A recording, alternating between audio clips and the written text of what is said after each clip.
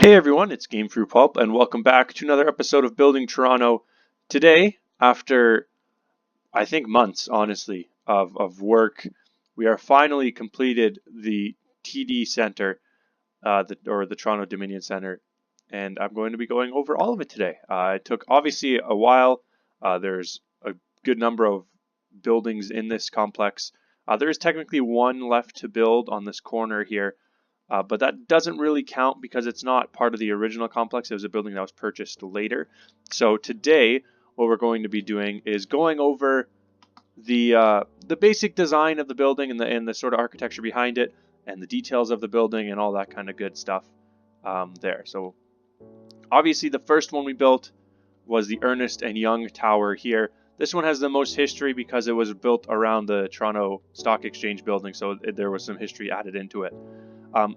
Construction on this complex started in 1964, and the first building was completed in 1969. The last building of the complex was completed fairly recently in 1991, and the building received a Ontario Heritage designation in 2003, meaning that the complex holds historical significance to the city of Toronto. So obviously I've done a video on most of these buildings, these three I believe, these two there hasn't been anything done on yet. But something kind of very interesting about these buildings, and I don't know if I really did it well in this version. I tried my best, but the heights of the buildings are proportional to their size. So basically, the taller the building, the wider it is, which is something kind of interesting. So basically, the difference in height will be also proportional to the difference in sizes between the buildings, which is something I thought was pretty interesting. Obviously, the largest building here is this one. It measures, let me just flip over to the page that I closed because I'm an idiot. It measures, I think it's 226, but I want to be sure. 223 meters tall is the tallest building. So this one here, obviously not huge in size, but a pretty significant building. You would see it looking at the skyline from the lake. I'm pretty sure you would see at least one of these buildings, probably just this one with the llamas on top. But I think the complex really in itself holds a lot of significance, and it's a pretty well-known area. So the complex is called the TD Center, the Toronto Dominion Center, which is a bank/insurance company in Canada, but it's not owned by TD Bank. It's actually owned by Cadillac Fairview, which is a company that's more well-known for its shopping malls in Ontario. It owns a lot of high brand shopping malls that are very well-known in the province of Ontario, at least. But they do own a lot of real estate as well, and so they own this complex, in addition to a few others around the city. The buildings were designed by Ludwig Mies van der Rohe, which is a very famous German architect. He designed many buildings, including some in New York City and Chicago. And there was actually a pretty cool kind of art display done in Toronto to honor, I don't know if it was his 50 years since he died or something. It was to honor him. And basically what they did is from the highway, which is over in this area, they did an art display because this architect always believed that less detail was more. And that was always sort of the emphasis behind his builds. And so what they actually did was with the lights in the buildings, they controlled the lighting at night and they made it spell out less is more on the buildings, which is pretty cool. If I remember, I'll put a little screenshot of that here. And I'll also link to a pretty good article explaining sort of the whole thing about it. So all the interiors on these buildings are all the same. Some lobbies have been done. These two, the lobbies are not finished yet. And then these buildings here, they are finished. Nothing too crazy with them, really. This one is the most detailed of all of the buildings because we do have this sort of service garage that's on the surface level, so we did it. Whereas in the other buildings, the service garages are underground. So we're not going to be doing those because I'm not going to go into underground detail as well. But you can see here, this is where the underground parking would go. It would go and service all these buildings underneath here, and that's how they would get access to the supplies they need to sort of run their stuff. Another really interesting thing, and I kind of looked at it a little bit ago, right here is this Canada flag. And so this Canada flag provides one of the coolest sort of picture points, in my opinion, in the entire city of Toronto. And so what you'll see is that the Canada flag, when you're in the right area, lines up perfectly between the gaps in the buildings, which is cool as like just in itself. But what makes this really cool is that it also lines up perfectly with the CN Tower. So the CN Tower, which we might never build if Minecraft doesn't raise the build height, but hopefully one day we will build it. The CN Tower is lined up right here behind it. So it's a really, really nice looking, like cool picture with the Canada flag and the complex. And it was something that they had to take into consideration when designing the buildings, because there's no way something like that could happen by accident. So it was something that I thought was really quite interesting with the complex. But that is pretty much it for this video. I'm pretty happy with how this whole area turned out.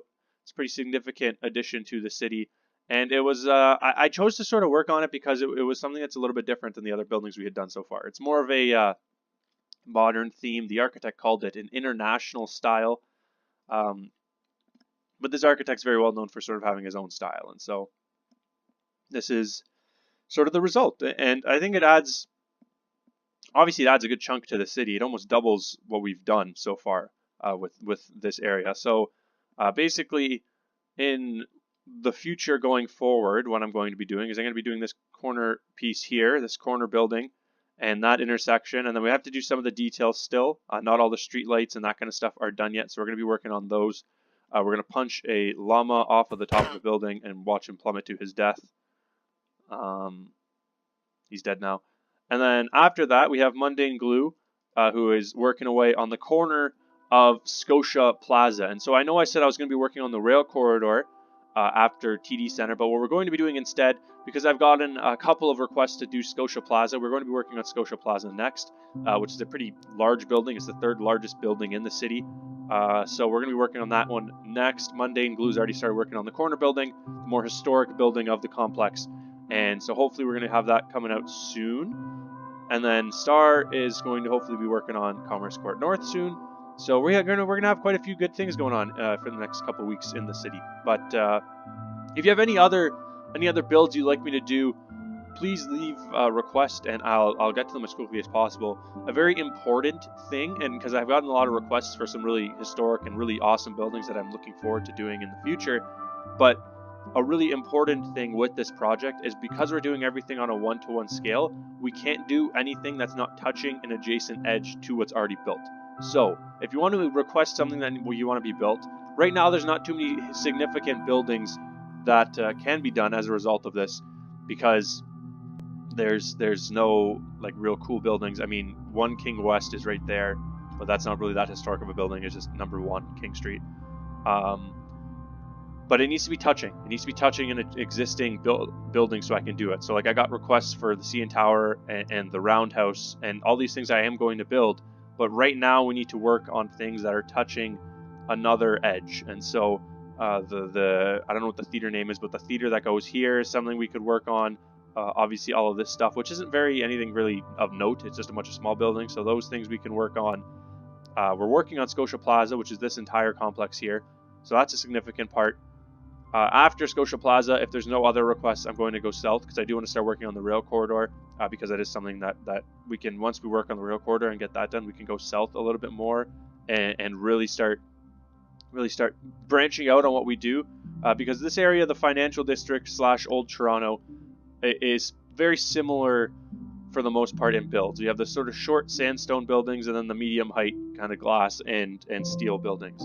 So I do want to try and branch out and do some other stuff. But if you do have any requests on things you want to see done, be sure to let me know.